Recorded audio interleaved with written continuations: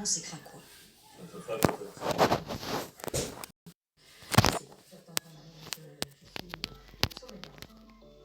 L'angoisse que le virus provoque se mêle à la joie de voir enfin le village s'éloigner. Avec un très confinement et les vacances, plus aucun cri d'enfant n'a retenti dans l'école depuis 4 semaines. Cette réouverture de l'école, est-ce que c'est un symbole important? Je pense que c'est énormément important aussi pour aussi, comme je dis, pour nos plus anciens qui avaient l'habitude de voir les enfants dans les rues, aller à la cantine, retrouver du lien social, comme on dit, et retrouver notre vie d'avant. Ici, 80% des enfants reprendront le chemin de l'école à partir de demain.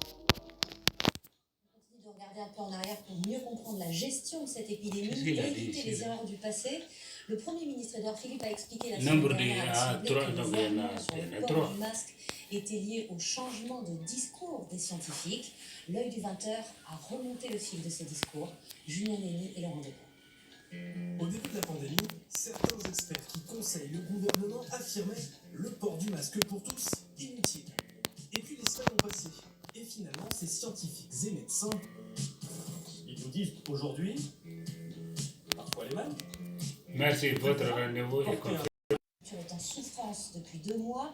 Le président Macron a évoqué cet après-midi un plan de sauvetage. Il s'est dit favorable à ce que l'on prolonge le droit au chômage des intermittents jusqu'en août 2021. Il a annoncé le grand programme de commande publique pour faire travailler les artistes et la création d'un fonds d'indemnisation pour les tournages de films et de séries annulés et reportés. La culture fait vivre 1 300 000 personnes en France. Parmi elles, les comédiens, les techniciens de théâtre. Le coup d'envoi de leur saison a lieu généralement au Festival d'Avignon en juillet, mais le festival a dû être annulé. Reportage de Véronique Gaglione et Christophe Gilles. À Avignon, le festival attire chaque année en juillet plus de 700 000 visiteurs. Ici, 1 personne sur 4 vit de cet événement. Alors le festival annulé, c'est une catastrophe pour ce directeur de théâtre et son régisseur. Ils ont bien du mal à imaginer la suite. Non, c'est possible. Tu vois, ça voudrait dire la personne qui est là, il faut que tout ça soit l'année prochaine, mais puis comment elle va faire? Non. Ils ont écouté les mesures annoncées aujourd'hui. Pour le régisseur, qui n'avait encore que la moitié des heures nécessaires pour avoir accès aux allocations chômage, son statut d'intermittent sera garanti l'année prochaine. C'est une bonne nouvelle. Première réaction, un soulagement quand même quand il a annoncé la nuit blanche,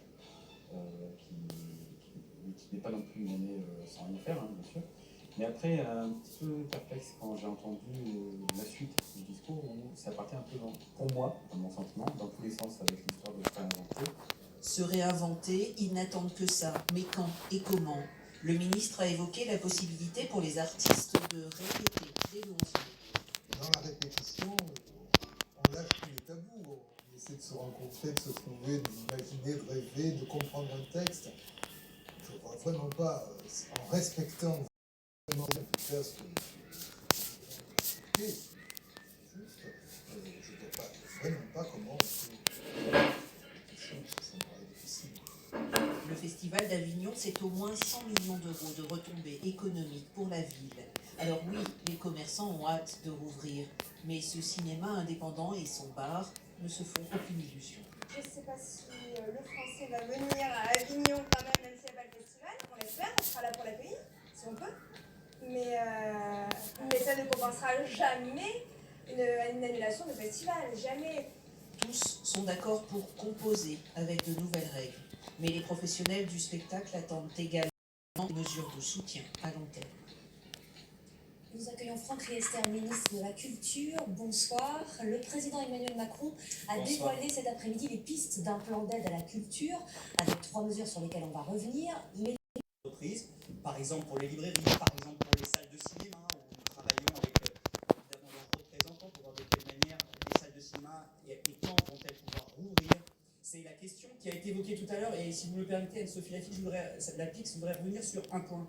Pour permettre que les tournages de films ou de séries puissent se refaire en France, il est nécessaire à la fois d'avoir des mesures de sécurité sanitaire fortes, mais il est aussi nécessaire d'assurer les tournages. Et le fonds d'indemnisation dont vous avez parlé n'a pas vocation à rembourser les productions qui ont été annulées, mais de permettre que des nouvelles productions se fassent, parce que les assureurs aujourd'hui ne veulent pas assurer le risque Covid, et nous avons donc besoin de sécuriser ces tournages grâce à ce fonds